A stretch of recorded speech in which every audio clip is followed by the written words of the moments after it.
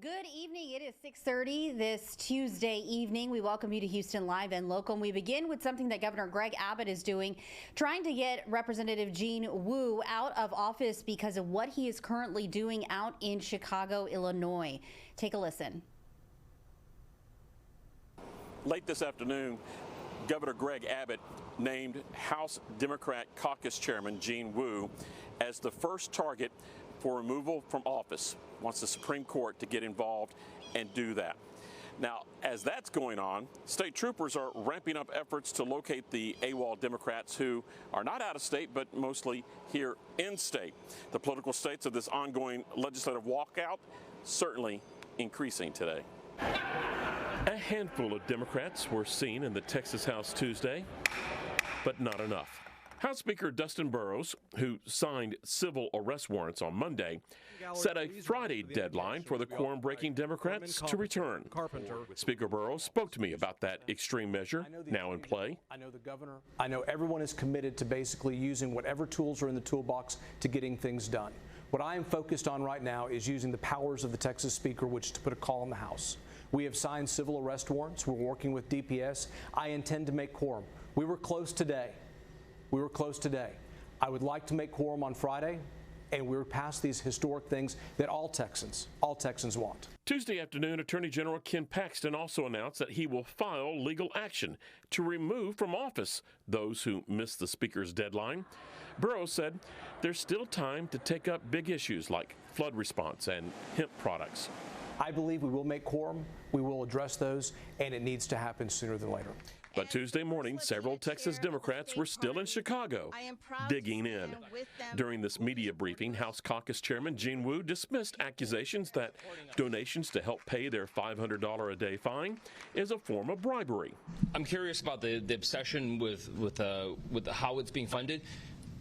My phone and the phones of every member here have been blowing up nonstop from constituents, from people that I've met 5 years ago, from people around the country somehow got my number, texting me, "We support you, how can we help?" The quorum break is about Republican efforts to redraw congressional lines in Texas.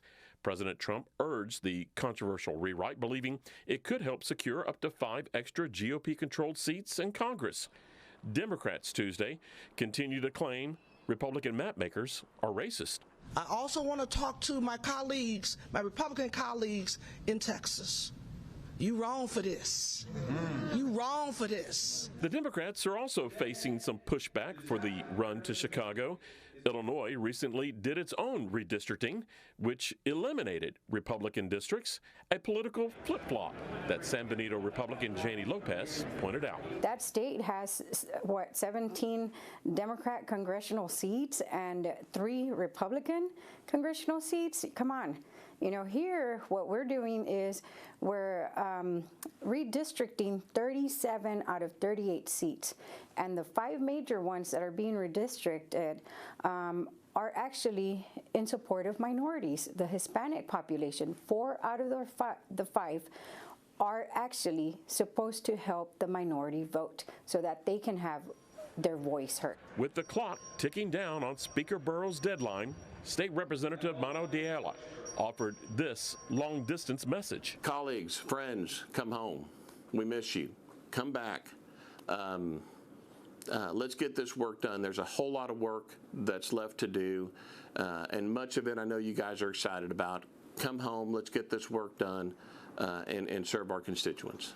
The Supreme Court petition against Gene Wu by the governor would allow the Attorney General to bypass a hearing at the local level and go straight to the state Supreme Court.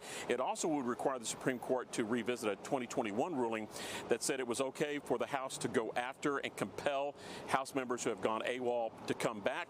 But that ruling also apparently indicated that it was okay to do a quorum break. So that sets up a big fight.